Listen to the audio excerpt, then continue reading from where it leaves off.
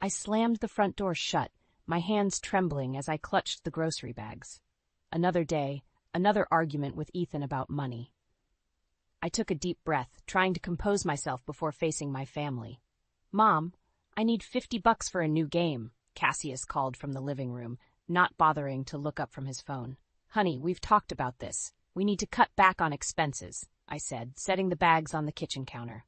Lydia, my mother-in-law, glided into the room with a disapproving frown. "Clara, dear, don't be so stingy. The boy needs to have some fun."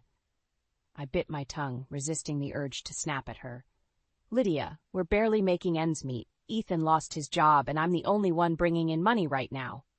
"Well, maybe if you worked a little harder," Lydia said, her voice dripping with condescension. Before I could respond, Ethan stumbled into the kitchen, reeking of cheap beer. "What's for dinner? I'm starving." "I just got home, Ethan. I haven't had time to start cooking yet," I said, trying to keep my voice level. He scowled. "What the hell have you been doing all day? Sitting on your ass?" "I've been working, Ethan. Someone has to pay the bills around here," I shot back, my patience wearing thin. Cassius wandered in, his eyes still glued to his phone. "So, about that $50? "No, Cassius," I said firmly. "We can't afford it right now. But Grandma said I could have it," he whined. I turned to Lydia, my blood boiling. "Did you promise him money without talking to me first?" She shrugged, a sly smile on her face. "The boy deserves a treat now and then. You're always so uptight, Clara." "I'm uptight because I'm the only one in this house who seems to care about our financial situation," I exploded, my voice rising. Ethan slammed his fist on the counter. "Don't you dare raise your voice at my mother." I felt my chest tighten, my breath coming in short gasps. The room started to spin, and I gripped the edge of the counter to steady myself. "Mom?" Cassia's voice sounded far away. For once, he actually looked concerned. "I'm fine," I managed to say, even as black spots danced in my vision. "I just need a minute." Lydia sked. "Always so dramatic, Clara. Pull yourself together." I closed my eyes, willing the dizziness to pass. When I opened them again, I saw 3 faces staring at me with varying degrees of annoyance and indifference. "I can't do this anymore," I whispered, more to myself than to them. "What was that?" Ethan demanded. I straightened up, a sudden clarity washing over me. I said, "I can't do this anymore. I'm done being the only one who cares about this family's well-being." Lydia laughed, a harsh, grating sound. "Oh, please, what are you going to do? Leave? You've got nowhere to go, dear?" Her words hit me like a slap in the face, because I knew they were true. I had no family nearby, no close friends to turn to. I was trapped. "I'm going to lie down," I said, pushing past them and heading for the stairs. "What about dinner?" Ethan called after me. I paused at the foot of the stairs, turning to face them one last time. "Figure it out yourselves. I'm taking the night off." As I climbed the stairs, I could hear them bickering in the kitchen. Lydia's shrill voice, Ethan's angry retorts, and Cassius's whining all blended into a cacophony of misery. I collapsed onto the bed, my mind racing. How had my life come to this? When had I become a stranger in my own home, a mere ATM for my ungrateful family?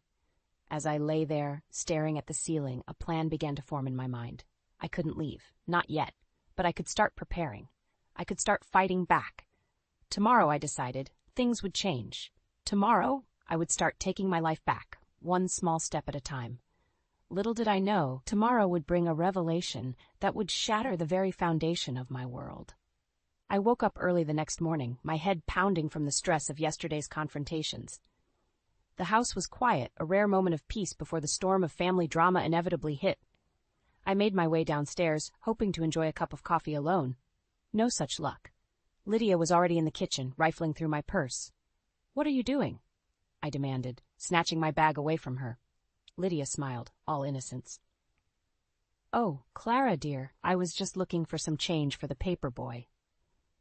"We don't have a paper boy, Lydia," I said, my voice tight with anger.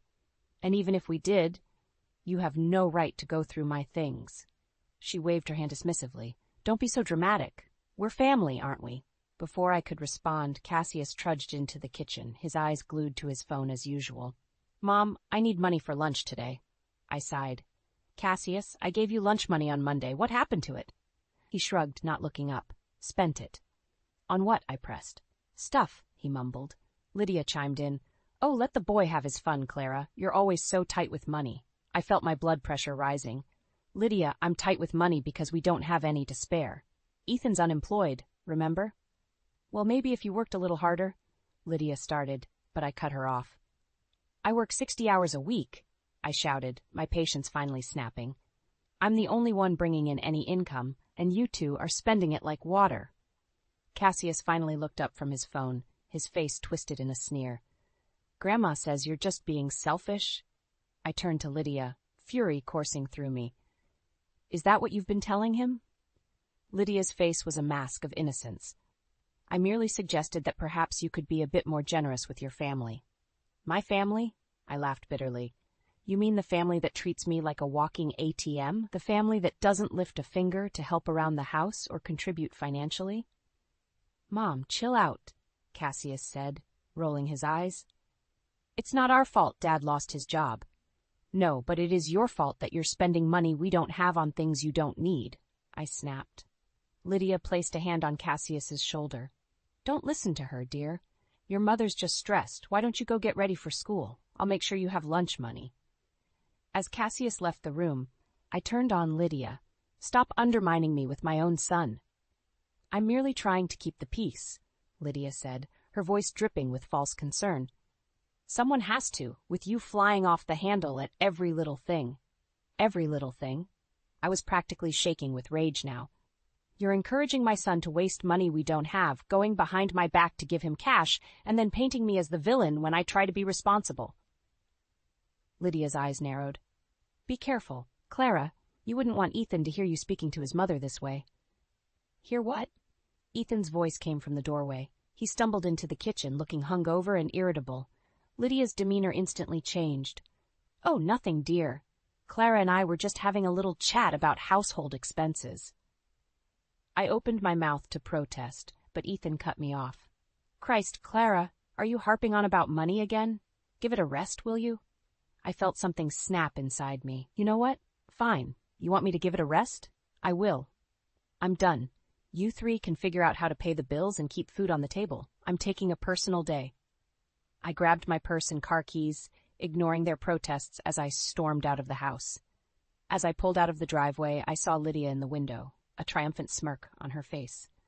Little did she know her victory was short-lived, because as I drove away, I wasn't just taking a day off. I was formulating a plan. A plan to take back control of my life, my finances, and my family. And Lydia? She had no idea what was coming. I returned home late that evening, exhausted but determined. The house was a mess, dishes piled high in the sink and takeout containers littering the coffee table. Ethan was sprawled on the couch, beer in hand, watching TV. Where have you been? He demanded, not bothering to look at me. Out, I replied, curtly hanging up my coat. Did you look for jobs today? Ethan's face darkened. What's that supposed to mean? It means exactly what I asked, Ethan. Did you look for jobs? He stood up abruptly, towering over me. You think I'm not trying? You think I enjoy being unemployed? I stood my ground. I think you're not trying hard enough. We can't keep living like this, Ethan. We're drowning in debt. Oh, here we go again with the money talk, he sneered. Is that all you care about? Someone has to care, I shot back. You certainly don't seem to. Our shouting match was interrupted by Cassius stomping down the stairs. Can you two shut up? I'm trying to study. I turned to him, surprised. You're studying? That's great, honey. What subject? Cassius rolled his eyes. Why do you care? You're always too busy working to pay attention to me anyway. His words stung, but I tried to reach out. Cassius, I know things have been tough lately. Maybe we could spend some time together this weekend? Just the two of us? He laughed bitterly. Yeah, right. Like you'd actually follow through. Don't bother, Mom. I don't need your pity time. As he stormed back upstairs, I felt my heart breaking. When had my sweet little boy turned into this angry stranger? Ethan chuckled humorlessly. Nice try, Clara. You reap what you sow. I whirled on him. What's that supposed to mean? It means you've been so focused on work and money that you've neglected your own son, and now you're surprised he wants nothing to do with you? I felt like I'd been slapped. I've been working to keep a roof over our heads and food on the table. Someone has to be responsible around here. Oh, so I'm irresponsible now? Ethan's voice rose dangerously.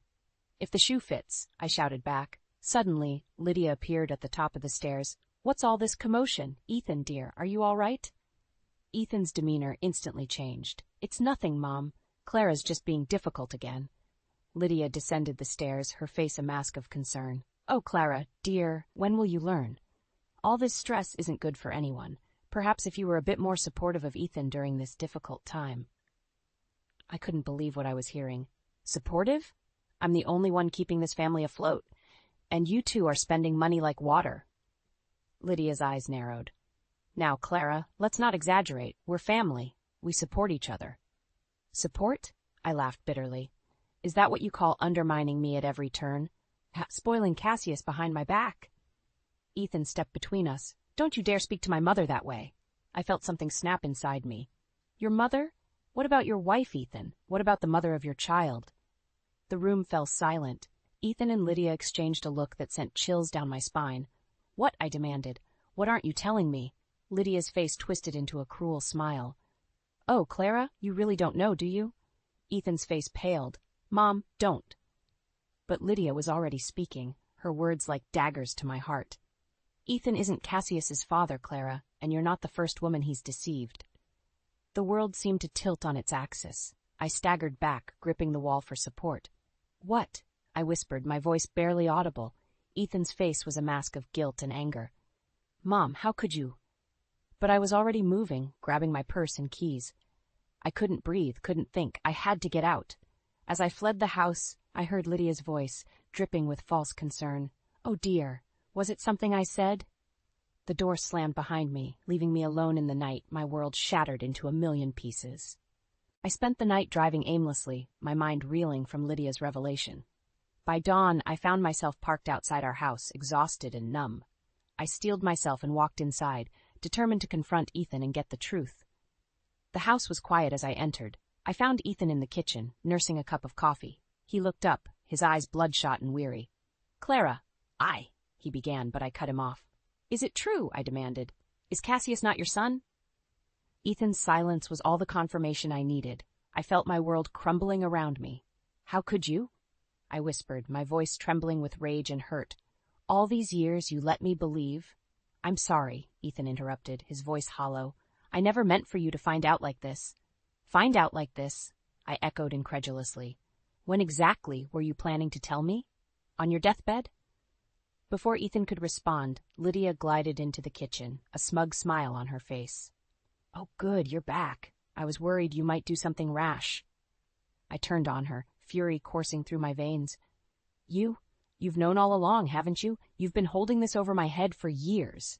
Lydia's smile didn't falter. Now, Clara, let's not be dramatic. Family secrets are a burden we all must bear. Family secrets? I laughed bitterly. Is that what you call lying to me for 16 years about the paternity of my child? Ethan stood up, his face a mask of guilt and anger.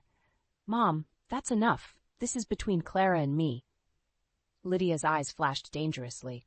Oh, I don't think so, Ethan. You see, Clara, there's more to this story than you know. I braced myself, knowing whatever came next would shatter what was left of my world. Lydia continued, her voice dripping with false sympathy. You see, Ethan isn't just Cassius's stepfather. He's also not my late husband's son. The room seemed to spin. What are you saying? I'm saying, dear, that Ethan's father was a wealthy man I had an affair with, a man who provided for us handsomely, until he didn't. Ethan's face was ashen. Mom, stop, please. But Lydia was relentless. You want to know why we're always so concerned about money, Clara? It's because we're used to having it, and we're not about to let someone like you stand in our way of getting it back. I felt like I was drowning. So all of this, the constant demands for money, the manipulation, it was all about getting back to some lifestyle you lost? Lydia's mask finally slipped, revealing the cold, calculating woman beneath. We deserve that life, Clara, and you're going to help us get it back. Like hell I am, I spat, my shock giving way to rage. I'm done with the lies, the manipulation, all of it. I turned to leave, but Ethan grabbed my arm. Clara, wait, we can work this out. Think about Cassius. I yanked my arm away. Cassius, the son you've been lying to his entire life? The one you've turned against me with your mother's help? He needs you, Ethan pleaded. No, I said, my voice steel.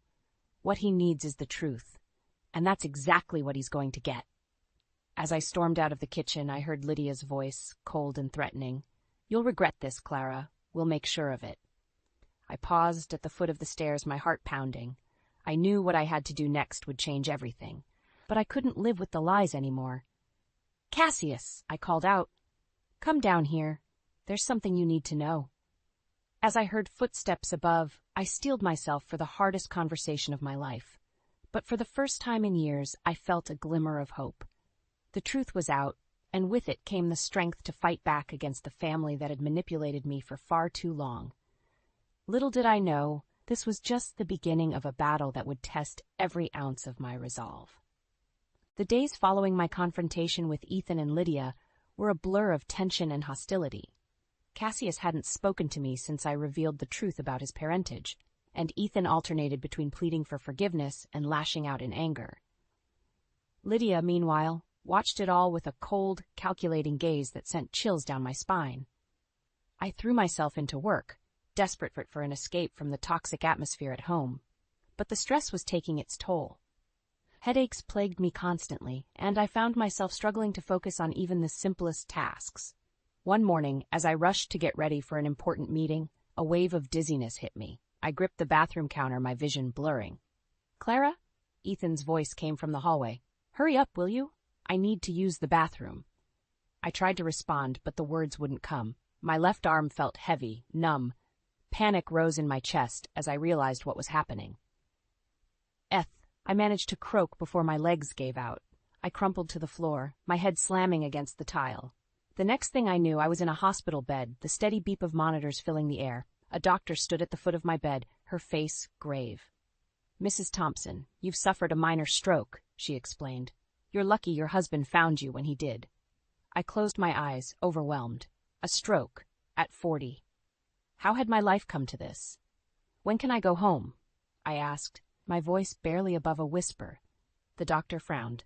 "You'll need to stay for observation for at least a few days. And when you do go home, you'll need to take it easy. No work, no stress. Your recovery needs to be your top priority." I almost laughed. No stress? In my house? The doctor might as well have asked me to sprout wings and fly.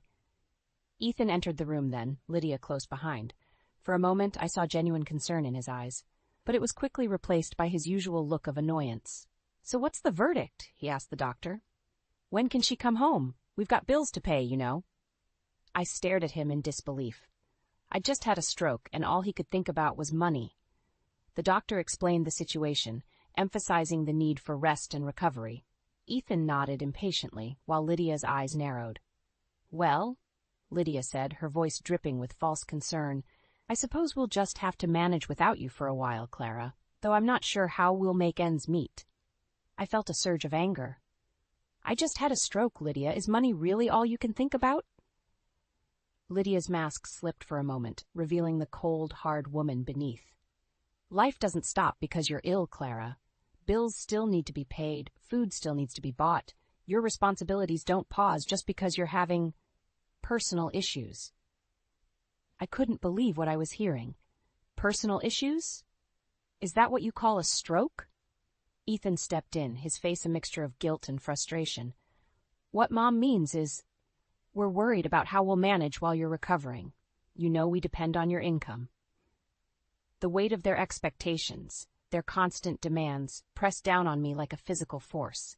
I realized in that moment that nothing would change. They would drain me dry, squeeze every last ounce of life from me, and still demand more. "Get out," I whispered. "What?" Ethan looked surprised. "I said, get out." My voice rose, strength I didn't know I had surging through me. "Both of you, leave. Now." As they left, shock evident on their faces, I made a decision. This was it. The last straw. When I left this hospital, I wouldn't be going back to that house. I wouldn't be going back to that life. I reached for my phone with shaking hands. It was time to call my sister. It was time to get out. The day I was discharged from the hospital, my sister Rachel was waiting for me. Ethan and Lydia hadn't bothered to show up, probably too busy figuring out how to access my bank accounts in my absence. "You ready to go?" Rachel asked. Her eyes filled with concern. I nodded, feeling a mix of fear and determination, more than ready. As we drove to her place in LA, I filled Rachel in on everything that had happened. She listened in shocked silence, occasionally shaking her head in disbelief. "Clara, I had no idea it was this bad," she said finally. "Why didn't you reach out sooner?" I sighed. I guess I was ashamed, and hopeful things would change. When we arrived at Rachel's apartment, my phone exploded with messages and missed calls from Ethan and Lydia. I turned it off, unable to deal with their drama. For the next few days, I focused on recovering and planning my next steps. Rachel introduced me to her friend Sarah, a sharp-witted divorce attorney who listened to my story with growing outrage. "Clara, what they've done to you is financial abuse," Sarah said firmly. "We need to act fast to protect your assets and your future." With Sarah's help, I began the process of untangling my finances from Ethan's. It was then that I discovered the true extent of their spending. Credit cards maxed out, savings depleted, even a second mortgage on the house I'd worked so hard to pay for. "They've been bleeding you dry," Sarah said, her voice tight with anger. "But we're going to put a stop to it." A week after I'd left, Ethan finally tracked me down.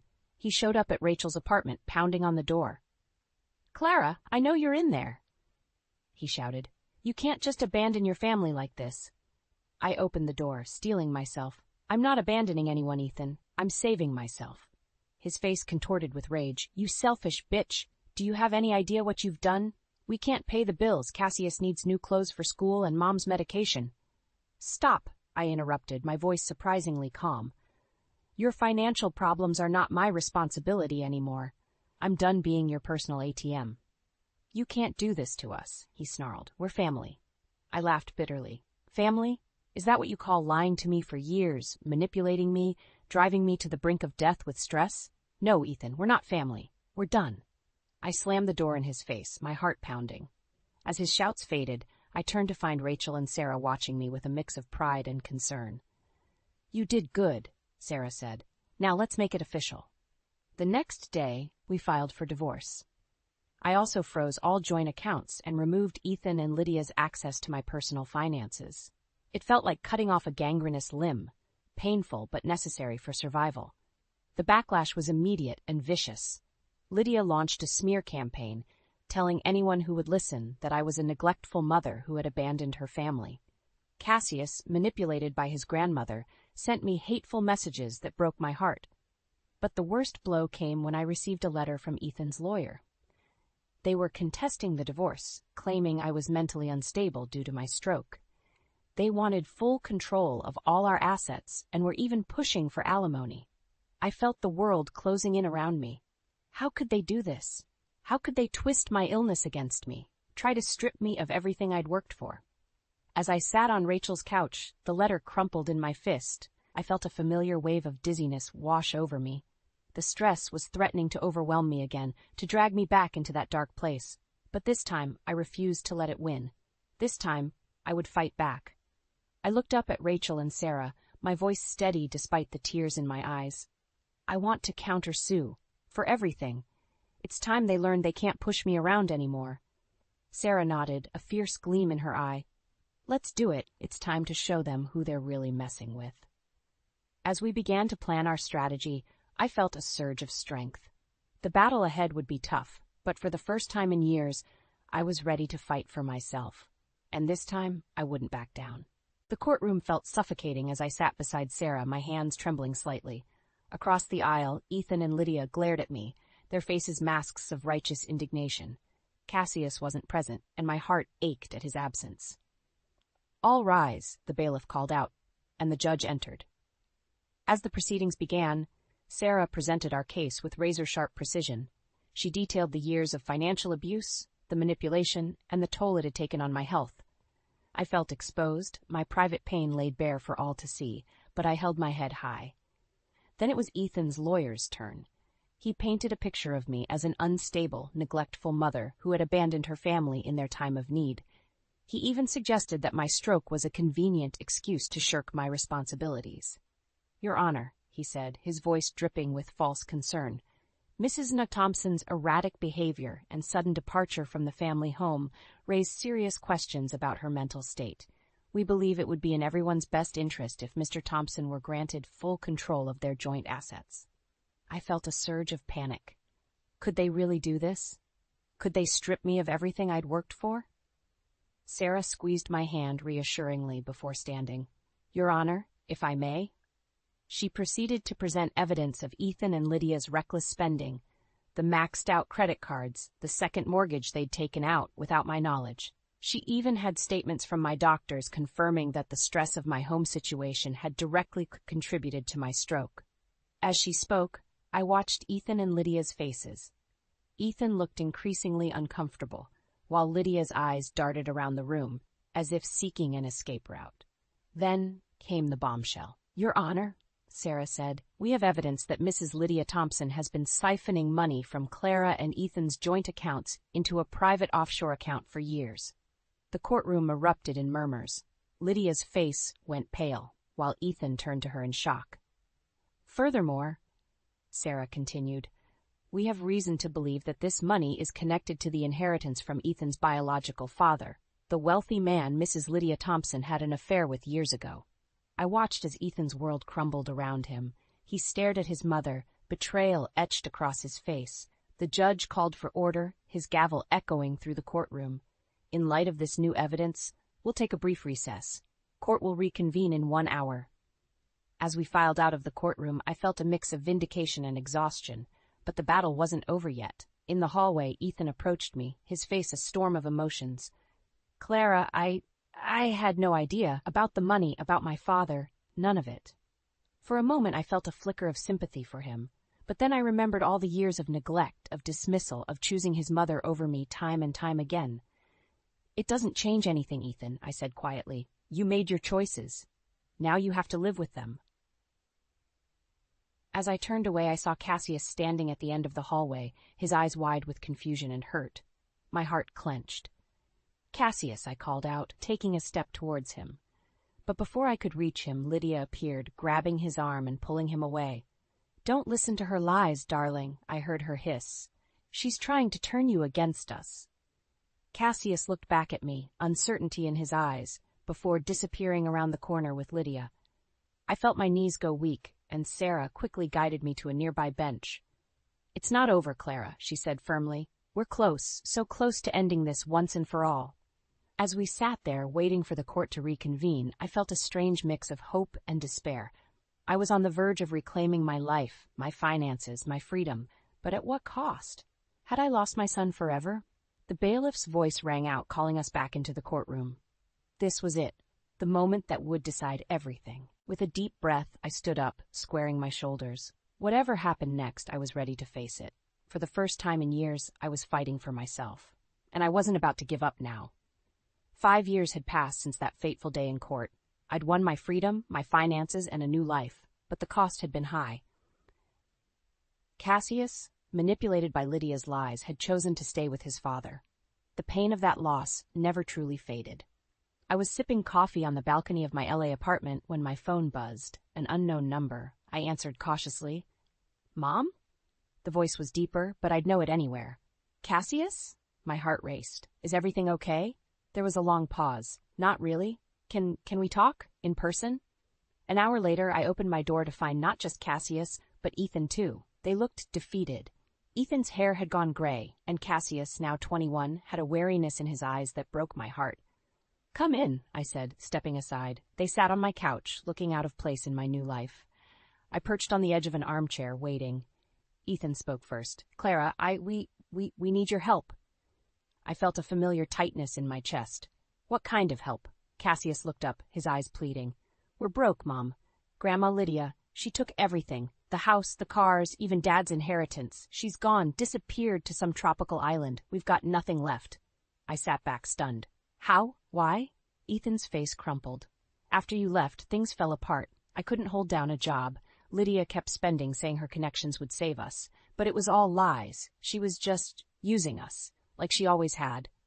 A part of me wanted to say, I told you so, but the broken looks on their faces stopped me. I'm sorry, I said instead. That must have been hard. Cassius leaned forward. Mom, I know we don't deserve it. I know I've been terrible to you. But we need help, just to get back on our feet. I looked at them, these two men who had once been my whole world, who had hurt me, neglected me, pushed me to the brink, and I felt Nothing, no anger, no resentment, just a calm certainty. "I can't," I said softly. Their faces fell. Ethan opened his mouth to argue, but I held up a hand. "I can't give you money," I continued. "That's not what you need. What you need is to learn to stand on your own feet, to take responsibility for your lives." I turned to Cassius. "I can help you apply for college scholarships. I'll even co-sign a student loan if you need it, but you have to do the work." Then to Ethan. "I know a program that helps older adults retrain for new careers. I'll give you the information, but you have to commit to it." They stared at me, a mix of disappointment and... Was that respect in their eyes? "Why would you help us at all?" Ethan asked. "After everything we did?" I smiled, feeling a weight lift from my shoulders. "Because I'm not doing it for you. I'm doing it for me, for the woman I've become, the woman who knows her worth and won't let anyone diminish it again." As they left, promises to consider my offers ringing hollow, I felt a sense of closure wash over me. I'd faced my past, stood my ground, and come out stronger. My phone buzzed again. A text from Rachel. "Guess what? Lydia's been arrested in Bali for fraud. Karma's a bitch, huh?" I laughed out loud, a free, joyous sound. The final piece had fallen into place.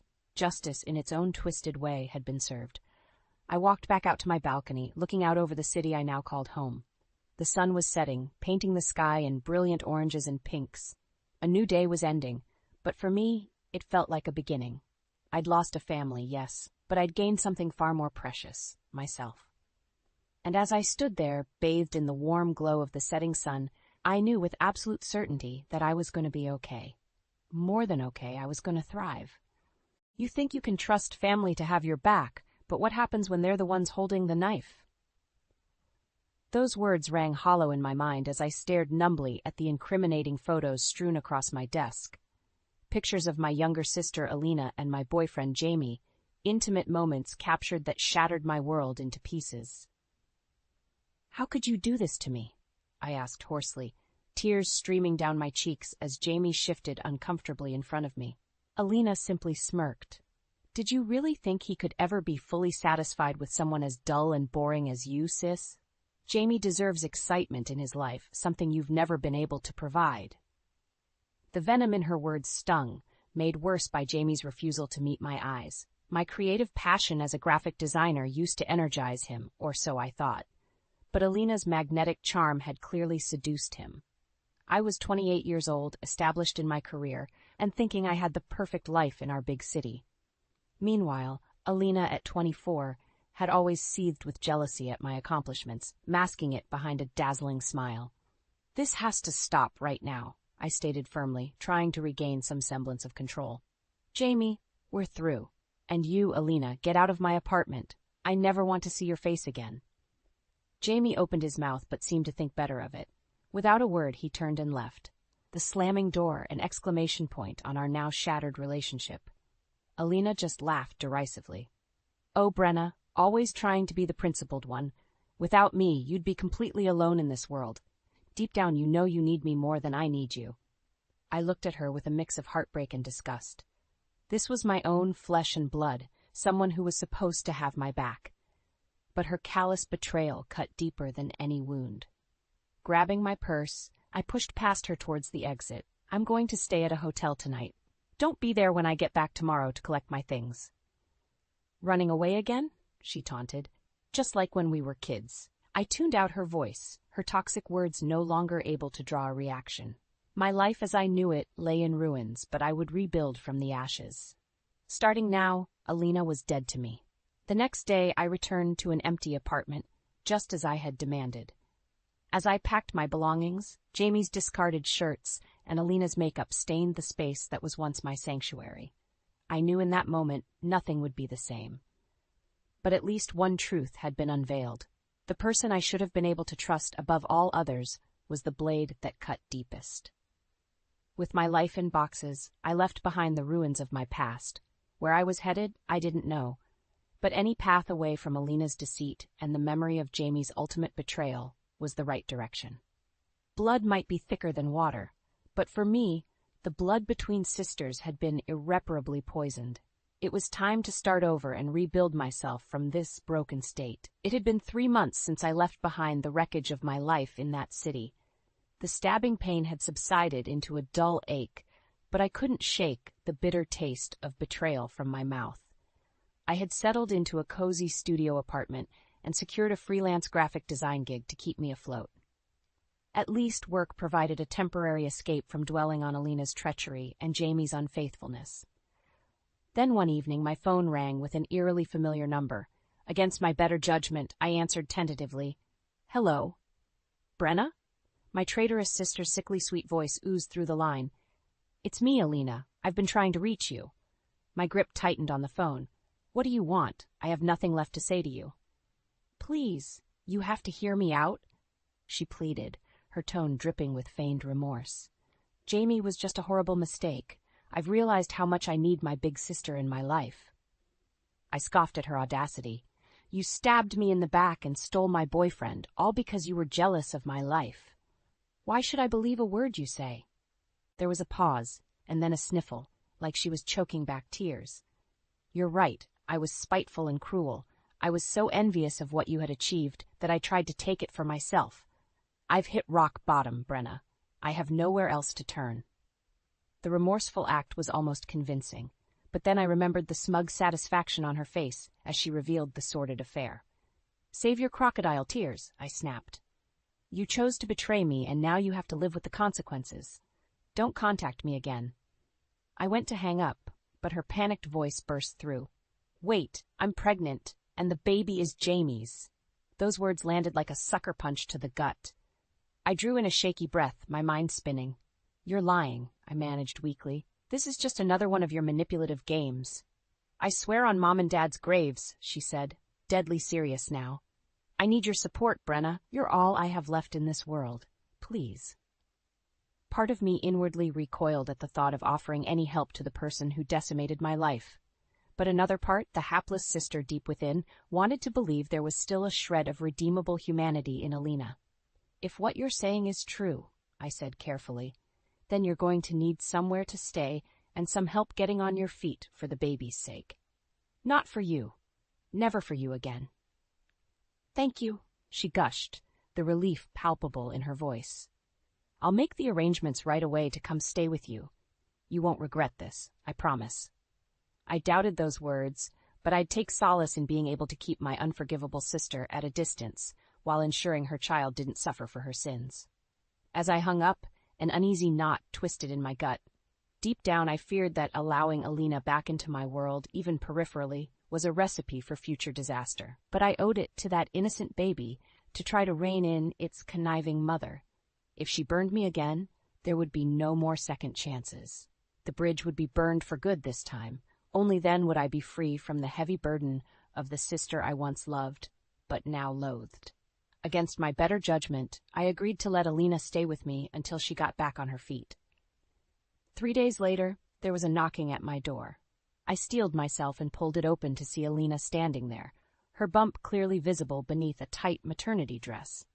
She brushed past me without a word, suitcases in tow. "I've converted the den into a little nursery area for you," I said stiffly. "The couch pulls out to a bed." Alina shrugged as she dropped her bags. "I guess this place will have to do for now." Her dismissive tone immediately put me on edge. Over the next few weeks, the tension was suffocating. Alina insisted on having friends over frequently to my tiny apartment, drinking wine and gossiping loudly while I tried to get work done. I felt like an intruder in my own home. One evening, I finally snapped as a raucous group spilled out of the den, clouds of smoke entering my bedroom. "Get these people out of my apartment now!"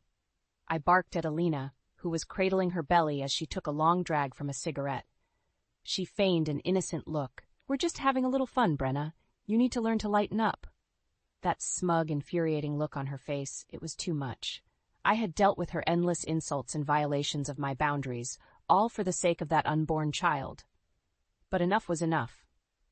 "Get out," I said, struggling to contain the rage boiling inside me. "I should have never let you back into my life." Alina sneered, stabbing her cigarette into an ashtray. "What? You'll throw a pregnant woman out on the streets? That's low, even for you." Her friends murmured in shock, already painting me as the villain in this encounter they had witnessed. "After everything you've done to me?" I fired back. tears welling in my eyes. You have the audacity to take zero accountability and act like the victim here? I turned away before letting my fury erupt and rushed out the door, needing to escape.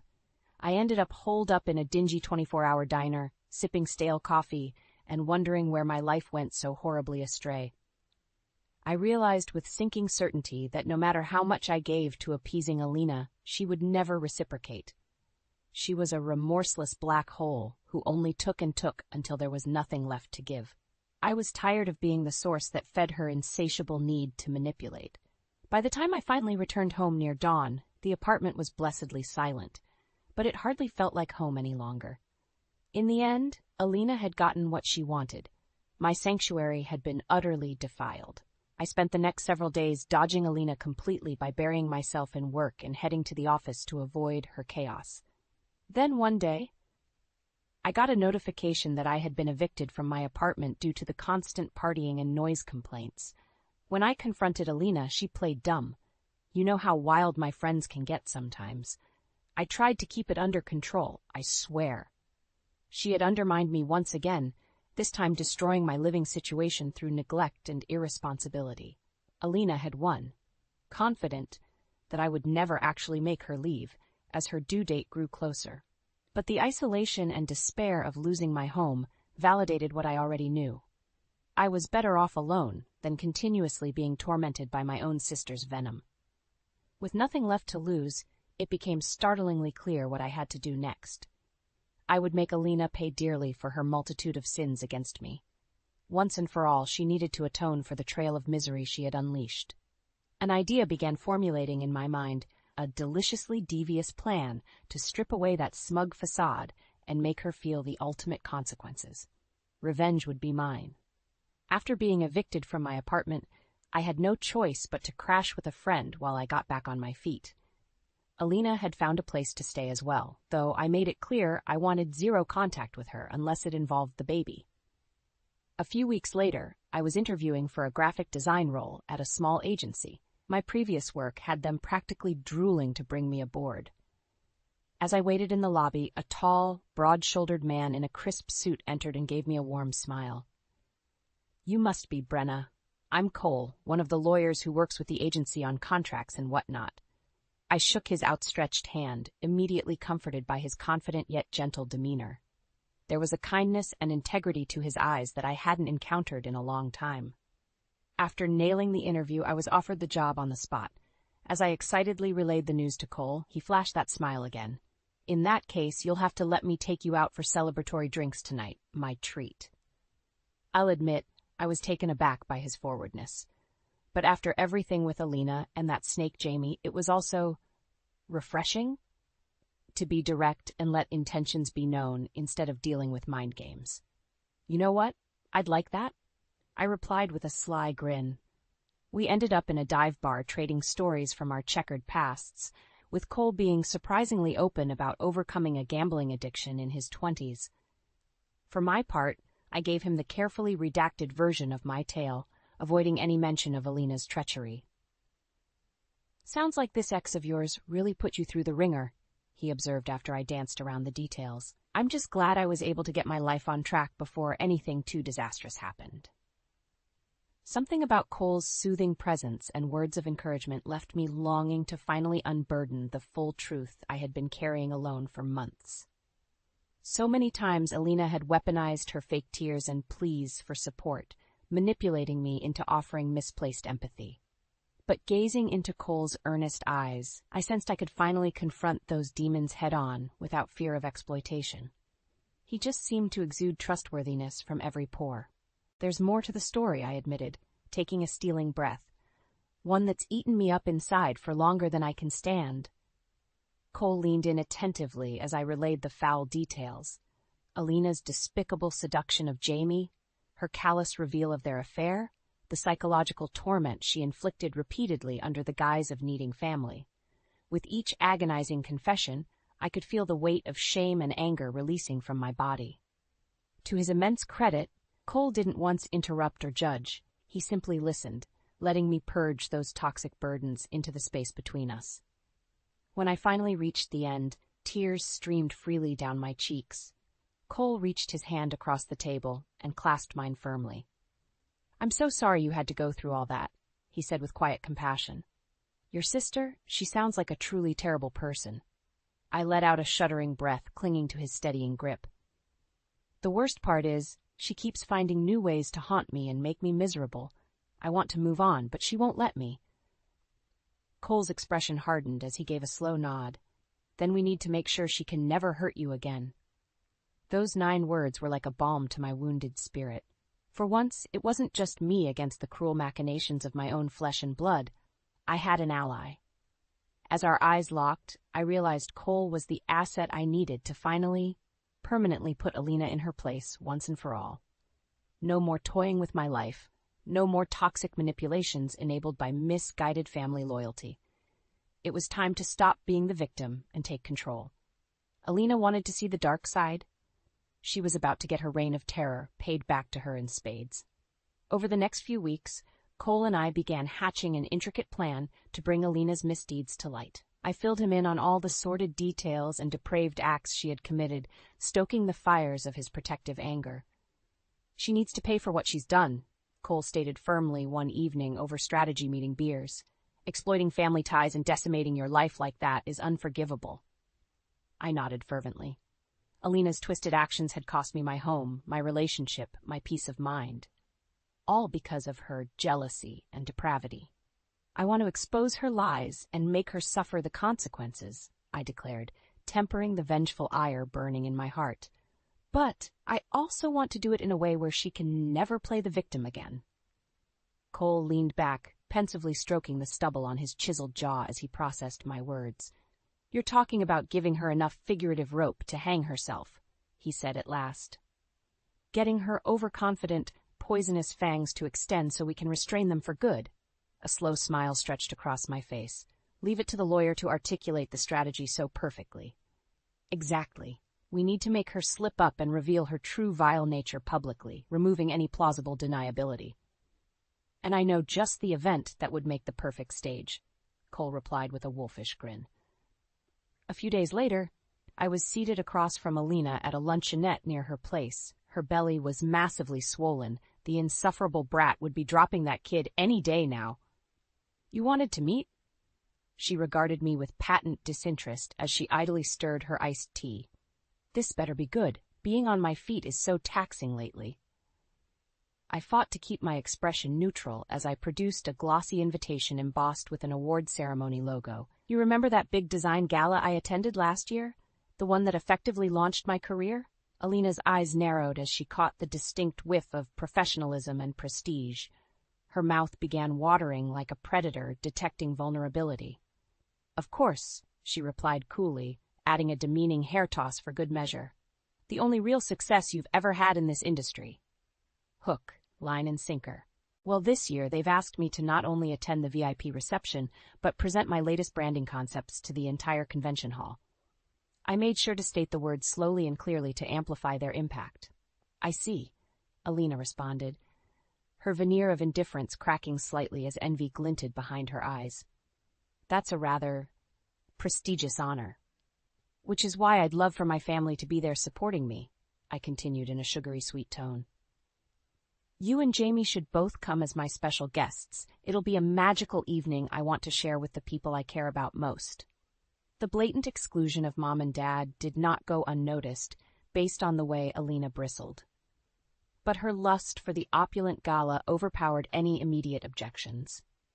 "I suppose Jamie and I could grace your little convention with our presence," she huffed airily.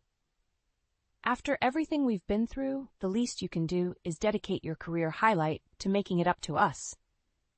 I smiled inside at those words and her telling choice of the possessive pronoun, us. As if Jamie was still her depraved courtier, the infatuated ex who had turned his back on me for Alina's talons. "It's a date, then," I replied in sugary tones. "I'll have the +1 tickets waiting for you both under guest of honor." Alina was practically glowing, already envisioning herself lapping up accolades by merely being adjacent to my achievement. How deliciously, naively misguided she would prove to be. As I turned to leave, I allowed myself one parting remark that hinted at the reckoning to come. "This night will be one you never forget, sis." She had no idea just how prophetic and ominous those words would be. The design gala ceremony was destined to be Alina's denouement, the unraveling of her conniving character before the very audience she so desperately craved. Let the games begin. The night of the gala finally arrived. Cole and I had been meticulously planning and preparing every detail for weeks. As I put the finishing touches on my show-stopping design presentation, he arrived at my place looking dapper in a tailored tuxedo. "You about ready to go and destroy your sister?" he asked with an excited glint in his eye. I took a deep breath and nodded. More than ready. It's time for Alina's deception to finally catch up with her. When we arrived at the lushly decorated venue, Alina and Jamie were waiting by the VIP entrance, resplendent in formal attire. Her belly seemed obscenely inflated under the sleek maternity gown she wore. "Don't you two look like manned Mrs. High Society?" I remarked with syrupy sweetness as they turned to face me. Jamie averted his gaze guiltily, but Alina simply rolled her eyes. "Can't slum it too much for your precious career night, I suppose." Now, let's not start things off on the wrong foot," Cole smoothly interjected, placing a calming hand on my arm. "We're all here to celebrate Brenna's incredible accomplishments." "Ever the voice of reason," Alina purred, giving Cole an approving once-over. "You simply must introduce me to all your eligible colleagues later." "Actually, Alina, Cole is my partner," I replied firmly, squeezing his hand to emphasize the point. "He'll be by my side all evening." The tiniest flicker of disappointment passed over her features before that trademark predatory grin resurfaced. "How progressive of you, sis. I always suspected you batted for the other team." Cole cleared his throat uncomfortably as the double meaning hung in the air. "Well, shall we make our way inside? I believe the presentations are due to start shortly." We made our way through the grandiose double doors and took our seats near the front of the elaborately decorated auditorium. The energy among the assembled crowd was electric, with chatter and clinking glasses. I could feel Alina beside me seething with anticipation. After an opening speech from the host committee, it was finally time for my design presentation. I rose from my seat amidst warm applause and made my way to the stage, lectern before me. The crowd immediately hushed in rapt attention. Taking a fortifying breath, I launched into my presentation slides, a highly stylized branding concept for a new luxury resort. Each intricate graphic and color palette earned murmurs of approval from the audience. "Thank you all for such a wonderful reception to my work," I said as the final slide displayed. "I'm truly humbled and inspired to be among such talented peers in this creative field." Alina shifted impatiently beside Cole, clearly waiting for the real show to begin. That self-satisfied look on her face filled me with determination. Of course, I would be remiss if I didn't take this opportunity to give proper credit where it is sorely due, I continued, my voice hardening, to the person whose reprehensible misdeeds and depravity actually sowed the seeds for this conceptual rebirth. You could have heard a pin drop in that silent hall as I paused for maximum dramatic effect. Jamie and Alina exchanged a bewildered look. "Ladies and gentlemen," I proclaimed clearly and calmly, "let me tell you about the heinous transgressions of my own wretched sister Alina." And with that, a torrent of revelations began spilling forth from my lips. The seduction of Jamie, the bitter jealousy towards me, the callous manipulation of family bonds. My presentation shifted to projecting shocking proof through photos, texts, audio recordings that Cole had diligently compiled. Audible gasps and murmurs of shock echoed from the stunned crowd. Alina's mouth hung open, her face draining of color as the sordid truth unraveled. You bitch!" she erupted once the final piece of damning evidence played, causing her voice to overtake the mic. "How dare you try to publicly shame and humiliate me?" I simply stood calmly, letting her unleash a torrent of outrage that only further condemned her depravity in the eyes of the horrified attendees. Jamie beside her looked like a cornered animal. With one icy glare of contempt, I knew I had accomplished my objective.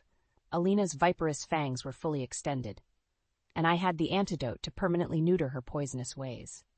As security rushed in to subdue her, Cole took the stage, his voice booming with authority.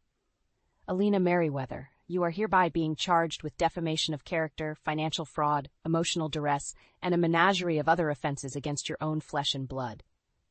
The rest was a blissful blur. In one fell swoop, I had ripped away the veil of deception Alina had hidden behind for far too long. This was her undoing, televised to the entire creative community. There would be no recovering from such a merciless public dismantling of her true nature. At long last, my tormentor had been disarmed and brought to justice. As they led her away in humiliated hysterics, I savored that gratifying realization. Revenge really was a dish best served utterly, shockingly cold. The aftermath of my public takedown of Alina at the gala was swift and severe. In the days that followed, a veritable firestorm erupted across social media and the creative industry. Influential designers, artists, and peers I had looked up to for years took to their platforms to excoriate Alina's abhorrent actions and deceitful behavior. The vitriol was scalding, emboldened by the undeniable proof I had showcased. Jamie, clearly expecting to slink away from the carnage unscathed, instead found himself just as vilified. People couldn't fathom how he could betray me in such a craven manner with my own flesh and blood. What separation was too low to stoop? As for Alina, well, let's just say her phone kept ringing with notifications of friends, colleagues, and employers alike distancing themselves at light speed. Her vain pursuit of social status and prestige spectacularly imploded in her face. I watched it all unfold like a solemn observer, sipping coffee in my apartment with Cole's reassuring presence beside me. He squeezed my hand as each fresh wave of backlash rippled outwards. "No one can refute the truth of what you exposed," he said quietly. "The whole world can see Alina for the toxic, soulless person she truly is." I released a deep, cathartic sigh, feeling lighter than I had in what felt like an eternity. All this time spent suffocating under her manipulative grip, and now she's the one reaping the total alienation she deserves. A slight smile played across Cole's lips. That's not all the reaping she has in store. A few days later, Alina appeared at my apartment, her disgraceful fall from grace punctuated by haggard eyes and disheveled hair. The slightest swell of her belly served as a malignant reminder of her cardinal sin against me. "Happy now?" She spat before I could utter a word. "You've completely devastated my life and career, all for some pathetic bid at revenge." I rose calmly from the couch, straightening my spine to face her. "I should have done this a hell of a lot sooner. You brought this on yourself with your repugnant actions and inability to feel any shred of remorse." Alina opened her mouth to retort, but Cole cut her off as he emerged from the hallway, briefcase in hand. "I wouldn't attempt to plead any sort of defense if I were you," he stated flatly. "Your endless litany of offenses is too extensive to dismiss." Alina's eyes widened in sudden apprehension as Cole snapped open the briefcase, shuffling through a stack of folders and documents inside. "What are you talking about?" she demanded in a wavering voice. "Oh, did Brenna conveniently leave out the minor matter of the criminal proceedings we've initiated?" Cole replied with a sardonic grin. "Because in addition to the severe professional and societal fallout, you're also being pursued legally for your misdeeds." With deft precision, Cole began reciting an exhaustive list of charges.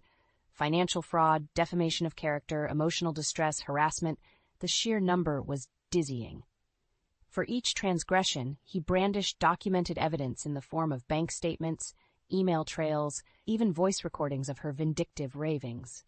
Throughout the surgical dressing down, Alina's countenance progressively drained of its former arrogant bluster. By the time Cole reached the end, her lower lip trembled and eyes glistened with impotent rage. "You can't be serious? Over what, some juvenile sisterly feuding?" Cole's expression hardened like steel. "Over you inflicting permanent psychological devastation through repeated, calculated abuses towards your own family. Quite serious charges, I'd say." Alina said nothing, her mouth working soundlessly as the gravity of her predicament crashed down upon her. In a twisted way, I almost pitied the sniveling state she now found herself reduced to. The mighty really had fallen. "Get out of my home," I said in a toneless murmur. "I never want to see your wretched face again after what you've put me through." With that parting shot, Alina seemed to dissolve into a pathetic puddle of self-loathing and humiliation. She skulked from my apartment without another word, having no fight or survival instinct left after her vile soul had been extracted so ruthlessly. I turned and embraced Cole, nestling into the crook of his strong shoulder as the door clicked shut behind Alina's exit. At long last, the demon had been fully, permanently exorcised. I could breathe freely again, without her cancerous presence polluting my existence.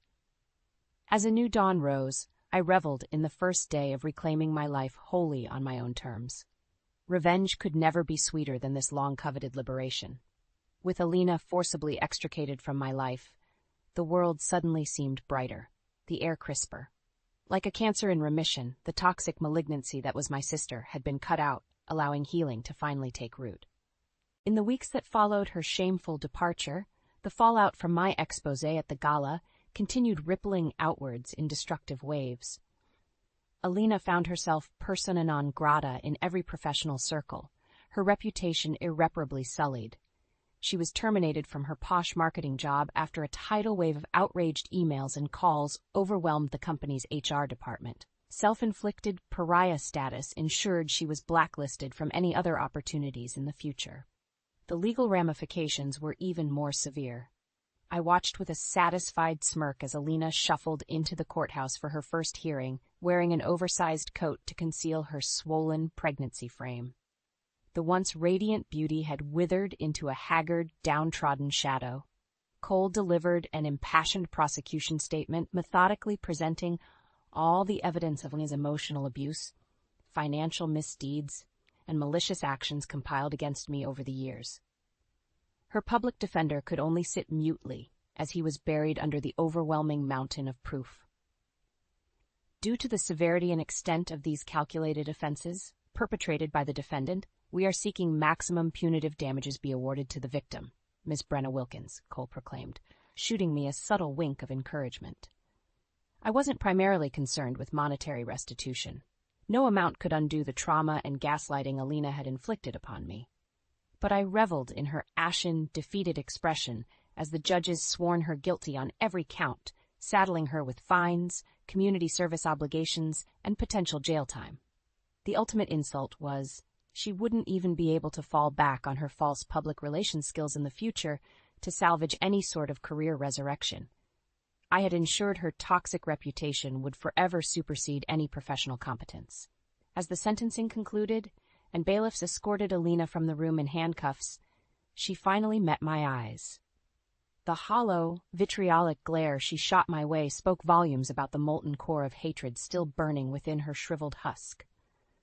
A final burst of venom for the traitorous sister who orchestrated her downfall. I simply watched stoically, unmoved and unaffected by her empty, impotent rage.